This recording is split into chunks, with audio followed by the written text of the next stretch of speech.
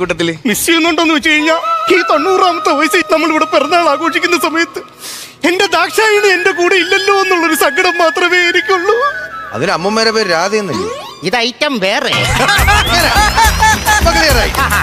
അപ്പൊ നമ്മള് ബർത്ത്ഡേയും കാര്യങ്ങളൊക്കെ ആഘോഷിക്കുന്നതിന് മുമ്പ് 10 ആള് കൂടുന്നതിന്റെ നടുവിൽ എനിക്ക് അപ്പൂപ്പനെ കിട്ടണമായിരുന്നു. ഇയാരുടെ ചെങ്കളം മാധവൻ? അയ്യോ അങ്ങനെയല്ല, അപ്പൂപ്പന് വേണ്ടിട്ട് ഞാൻ ഒരു മംഗളപത്രം തയ്യാറാക്കിക്കൊണ്ട് വന്നിട്ടുണ്ട്. നല്ല കാര്യം.